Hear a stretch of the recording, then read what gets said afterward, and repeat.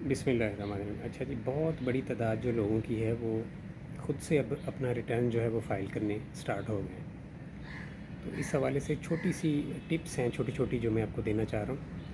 तो पहली चीज़ तो ये है कि रिटर्न जो लोग भी न्यू फ़ाइल कर रहे हैं उनको ये चीज़ क्लियर होना चाहिए कि 2023 का रिटर्न जो लोग फ़ाइल कर रहे हैं उन्होंने 2022 की यकम जुलाई जो थी, यकम जुलाई 2022, ठीक है जी, यकम जुलाई 2022 से ऑनवर्ड जो है सारी ट्रांजैक्शंस जो उनके बैंक अकाउंट वगैरह में हुई हैं उनकी हिसाब से चलना है, ठीक है।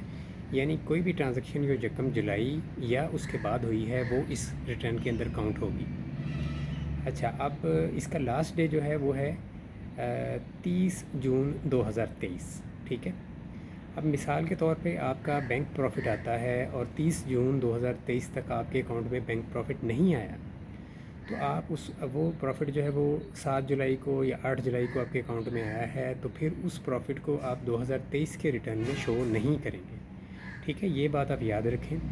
अब मेरे यहाँ पे कज़न मेरे पास बैठे हुए हैं अभी, तो उनका आज रिटर्न हमने फ़ाइल किया, तो उनका जो था प्रॉफ़िट जो था 2022 के रिटर्न में एक प्रॉफ़िट उनका आया पूरे साल में, क्योंकि 6 माह बाद प्रॉफ़िट उनका आता है, ठीक है। और 2023 के साल में उनके 3 प्रॉफ़िट्स आए हैं, ठीक है। तो ये आपने डेट का बड़ा ख़्याल रखना है कि 1 जुलाई की कोई भी ट्रांजैक्शन जो है 1 जुलाई 2023 की या उसके बाद की, उसको 2023 के रिटर्न में शामिल नहीं करना है, ठीक है। नंबर 1 ये चीज़ है। नंबर 2 ये चीज़ है कि जो आपका अकाउंट जो है वो 30 जून के बाद, 30 जून 2023 के बाद जो अकाउंट आप अपना ओपन करते हैं उसको भी आपने 2023 के रिटर्न में शो नहीं करना, ठीक है, क्योंकि टैक्स ईयर चेंज हो गया। अगर तो 30 जून को कोई आपका अकाउंट ओपन हुआ है तो वो आएगा 2023 के रिटर्न में, लेकिन अगर यकम जुलाई को कोई आपका अकाउंट ओपन हुआ है तो वो अकाउंट जो है वो 2024 के रिटर्न में आएगा, ठीक है जी। 2023 के रिटर्न में यकम जुलाई या उसके बाद ओपन होने वाला कोई भी अकाउंट जो है वो शामिल नहीं होगा। तो ये छोटी छोटी बातें हैं, लेकिन इनके बारे में एक तो क्वेश्चंस बहुत ज़्यादा आते हैं, पॉसिबल नहीं होता इतने ज़्यादा क्वेश्चंस को हैंडल करना। और दूसरी चीज़ ये है कि ये छोटी छोटी बातें बहुत इंपॉर्टेंट होती हैं। जिन लोगों ने अकाउंट्स नहीं पढ़ी हुई या फाइनेंस नहीं पढ़ा हुआ, तो वो फिर जब रिटर्न फ़ाइल करते हैं तो वो उसमें इस तरह की छोटी छोटी कई मिस्टेक्स करते हैं, ठीक है। ऑल्दो बहुत जो माइनर मिस्टेक्स हैं वो नहीं आती, जो है बेसिकली ऑडिट के अंदर नहीं आती, लेकिन कोशिश किया करें कि इसको एक्यूरेट आप जो है फ़ाइल करें, ठीक है। तीसरी चीज़ ये है जो आपके साथ शेयर करना चाह रहा हूँ, ख़ास तौर पे जो नए लोग हैं, कि जो लोग भी अपनी बैंक का प्रॉफ़िट ऐड करते हैं अपने अकाउंट के अंदर, जो इनकम टैक्स रिटर्न है वहाँ पे शो करते हैं, यानी ठीक है, प्रॉफ़िट जो है बेसिकली उस पर टैक्स तो ऑलरेडी कटा हुआ होता है बैंक के अंदर, तो उसमें उनके लिए ये है कि वो जो प्रॉफ़िट है उसके ऊपर जो कटने वाला टैक्स है उसको एग्जैक्ट अमाउंट जो है वो आप लिखा करें, ठीक है। यानी प्रॉफ़िट जो है वो टैक्स कटने से पहले वाला एंटर करना है और उसके बाद जो है टैक्स है उसको सही आपने जो है वो लिखना है वहाँ पे। यानी ये नहीं करना कि आप अपनी जो है मर्ज़ी से जो है रफ़ फिगर्स वहाँ पे एंटर कर दें। उसकी वजह ये है कि एफबीआर जो है वो मैचिंग करता है।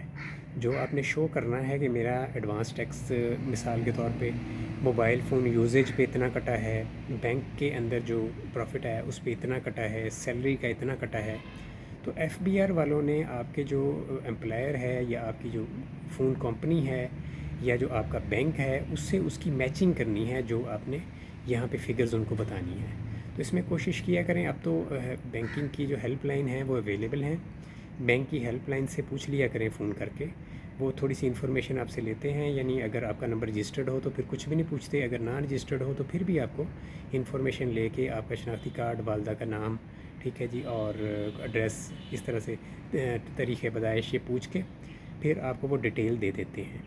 तो आप उनसे डिटेल जो है लेके फिर रिटर्न फ़ाइल किया करें। और जो बैलेंस इसमें शो करना होता है वो भी बहुत सारे लोग गलत शो करते हैं। काफ़ी पढ़े लिखे लोग जो हैं वो अपने अकाउंट्स के बैलेंस गलत शो करते हैं। अकाउंट का बैलेंस जो है वो भी आपने 30 जून का शो करना है, ठीक है।